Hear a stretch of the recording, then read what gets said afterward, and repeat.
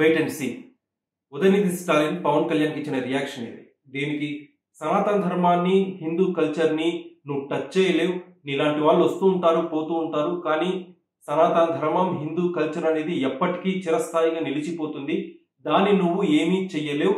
ఒకవేళ నువ్వేమన్నా దాన్ని మాయం చేయాలని చెప్పి ట్రై చేస్తే నువ్వే ఎటు కాకుండా పోతావు, నువ్వే వైపౌట్ అయిపోతావు, నువ్వే మాయం అయిపోతావు అని చెప్పి పవన్ కళ్యాణ్ ఇచ్చిన రియాక్షన్ కి ఉదయనిధి స్టాలిన్ ఇచ్చిన reaction let's wait and see.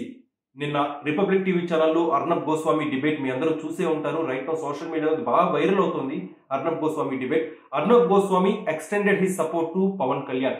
Completely Pawan Kalyan stand కి అర్నబ్ గోస్వామి లాంటి సీనియర్ జర్నలిస్ట్ సంఘీభావం తెలిపారు. పవన్ కళ్యాణ్ లేవనెత్తిన ప్రతి పాయింట్ కూడా నిజమైంది, సమంజసమైంది అని చెప్పి అర్నబ్ గోస్వామి భావించారు. అలానే ఉదయనిధి స్టాలిన్ చేసిన లెట్స్ వెయిట్ అండ్ సీ అనే కామెంట్ ని ఆయన ఒక ఓపెన్ థ్రెట్ గా అభివర్ణించారు. సో రైట్ నౌ సోషల్ మీడియాలో అలానే గ్రౌండ్ రియాలిటీలో పరిస్థితి ఎలా మారిపోయింది అంటే DMK, Congress, India alliance versus Pawan Kalyan Sanatana Dharma supporters అలానే జనసేన సపోర్టర్స్ గా మారిపోయింది ఇష్యూ. అండ్ పవన్ కళ్యాణ్ చాలా మంది కమ్యూనల్ రివార్డ్స్ పెంచుతున్నాడు, మత విద్వేషాలు రెచ్చగొడుతున్నాడు అని చెప్పి మాట్లాడుతున్నారు. ప్రకాష్ రాజ్ లాంటి వాళ్ళు మాట్లాడుతున్నారు సోషల్ మీడియాలో. నిన్న కూడా ప్రకాష్ రాజ్ గారు ఒక ట్వీట్ పెట్టారు. ఏమని? పవన్ కళ్యాణ్ నువ్వు సనాతన ధర్మం రక్షణ గురించి ఆలోచించు, మేము సమాజ ధర్మం గురించి ఆలోచిస్తామని చెప్పి వ్యంగ్యంగా సర్కాస్టిక్ గా ప్రకాష్ రాజ్ గారు పవన్ కళ్యాణ్ ఉద్దేశించి ఒక ట్వీట్ పెట్టారు. దానికి నాకు అనిపిస్తుంది ఏంటంటే సమాజ ధర్మం కూడా చూసుకుంటున్నారు కదా పవన్ కళ్యాణ్. నిన్నగాక మొన్న ఏపీలో వరదలు వచ్చాయి, పవన్ కళ్యాణ్ గారు ఎంత విరాళం ఇచ్చారు. భారతదేశంలో నాకు తెలిసి ఒక న్యాచురల్ కెలామిటీ వచ్చినప్పుడు అలాంటి విరాళం ఏ ఒక్క సెలబ్రిటీ, ఏ ఒక్క పొలిటీషియన్ కూడా ఇచ్చి ఉండడు. అక్షరాల 6 కోట్ల రూపాయలు పవన్ కళ్యాణ్ విరాళం ఇచ్చారు. అది సమాజ శ్రేయస్సు గురించి ఆలోచించే విషయం కదా, సమాజ ధర్మం కదా, ఇంతకంటే ఎవరైనా చేయగలుగుతారా ప్రజలకి? పవన్ కళ్యాణ్ సమాజ శ్రేయస్సు, సమాజ ధర్మం గురించి ఆలోచించకపోతే గవర్నమెంట్ ఫామ్ చేసిన 6 నెలల్లోనే గిన్నిస్ వరల్డ్ రికార్డ్ ఎక్కుతారా? అత్యధికంగా ప్రజాసభలు నిర్వహించిన పార్టీగా జనసేన పార్టీ అలానే Pawan Kalyan Guinness world record ఎక్కగలుగుతారా? సో ఇక తమిళనాడు విషయానికి వద్దాం. తమిళనాడులో DMK party, Anna DMK, BJP ఇప్పుడు ఎదుగుతుంది.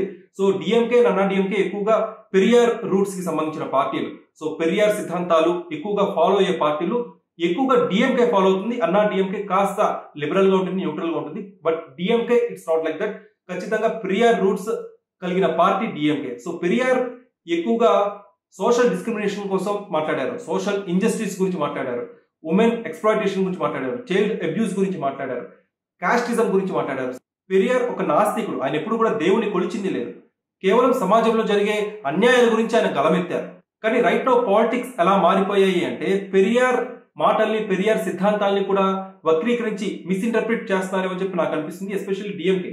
పెరియార్ ఎప్పుడు కూడా ఒక ధర్మాన్ని, ఒక కల్చర్ ని, ఒక మతాన్ని నిర్మూలించాలి అని ఎక్కడా ఆన్ రికార్డ్ వ్యాఖ్య చేయలేదు. సో పెరియార్ వారసులుగా చెప్పుకుంటున్న డిఎంకే పార్టీ వాళ్ళు ఈ విషయాన్ని పరిగణించాలి, గమనించాలి.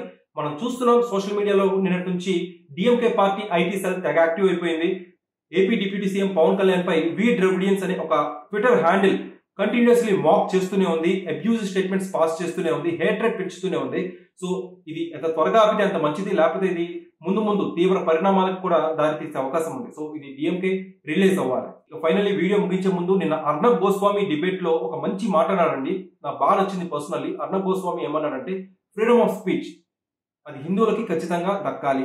ఇస్లాం గురించి కానీ, క్రిస్టియానిటీ గురించి కానీ, బుద్ధిజం గురించి కానీ, సిక్కిజం గురించి కానీ ఎవరన్నా ఇట్లా లెట్స్ వెయిట్ అండ్ సీ అని ఒక ఈజీ స్టేట్మెంట్ పాస్ చేస్తే వాళ్ళు ఊరుకుంటారా? హిందూయిజం ఓట్స్ మీకు కావాలి, హిందువుల ఓట్లు మీకు కావాలి, కానీ వాళ్ళ కల్చర్ ని మీరు ఎందుకు గౌరవించరు అని చెప్పి అర్నబ్ గోస్వామి ఉదయనిధి స్టాలిన్ ఏదైతే ప్రశ్నించాడో అది టు ద పాయింట్ ఉంది. నాకు తెలిసి Arnab Goswami this the one of the best debate ever. మీరు ఎవరైనా మిస్ అయితే ఖచ్చితంగా చూడండి, చాలా బాగా కండక్ట్ చేశారు డిబేట్. ఎవరైతే హిందూ కల్చర్ గురించి, హిందూ ధర్మం పరిరక్షణ గురించి మాట్లాడతారో వాళ్ళపై దయచేసి ఈ స్యూడో సెక్యులరిస్టులు ఎవరైతే ఉన్నారో మత విద్వేషాలు రెచ్చగొడుతున్నారు అనే ముద్రను మాత్రం దయచేసి వాళ్ళపై వేయకండి. వాళ్ళ వంతు ప్రయత్నం వాళ్ళు చేస్తున్నారు, ఈ విషయంలో వాళ్ళు సక్సెస్ అవ్వాలని చెప్పి అభినందించండి తప్పితే ఈ స్యూడో సెక్యులరిస్టులు మాత్రం దయచేసి వాళ్ళ వెనక్కి లాక్కండి, క్రిటిసైజ్ చేయకండి. ఈ విషయంలో పవన్ కళ్యాణ్ ఎంచుకున్న పాత్ గట్సీ పాత్, కాస్త విమర్శలు ఎదుర్కొనే పాతే, కానీ న్యాయం వైపు పవన్ కళ్యాణ్ ఉన్నారు అని చెప్పి చాలా మంది రాజకీయ విశ్లేషకులు మాత్రం భావిస్తున్నారు.